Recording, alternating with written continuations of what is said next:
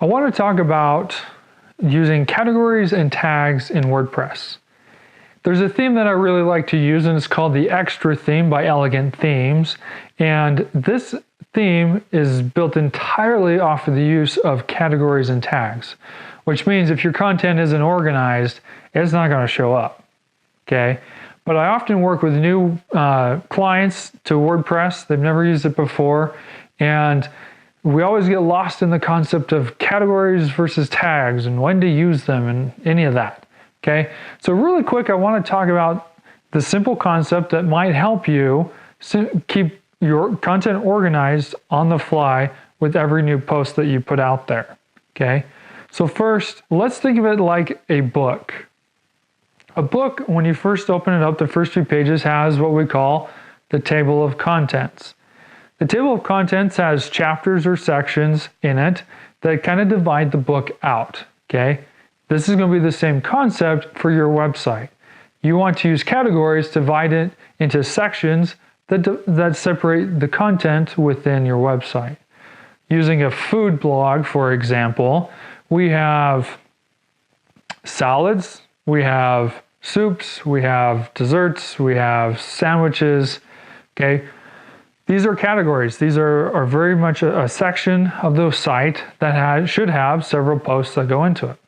Okay, but how do we correlate salads and sandwiches or salads and soups, right? Okay, so that's where tags come in.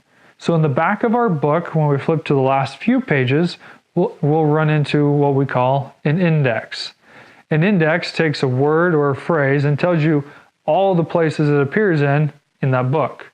Okay, so back to our example of the food blog, we have, let's use shredded chicken for example, and we have salads. We have salads that have shredded chicken on it, but we might have soup that has shredded chicken in it, and we might have sandwiches that have shredded chicken, like chicken salad sandwiches.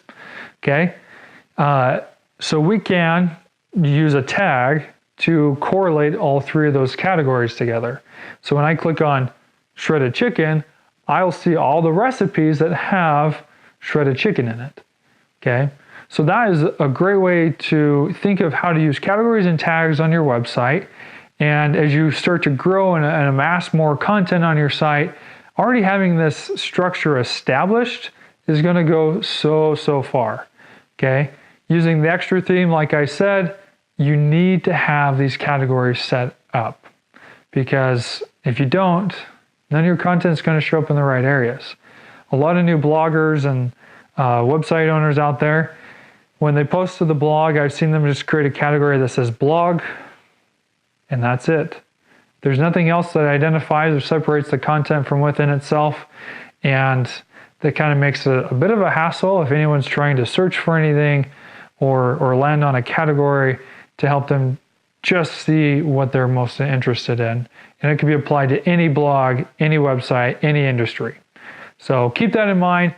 If you have questions or comments, I'd love to talk to you some more about this, but hopefully this helps, especially for you new bloggers out there and website owners, that you can have content created and it's well organized so that you can grow with your website.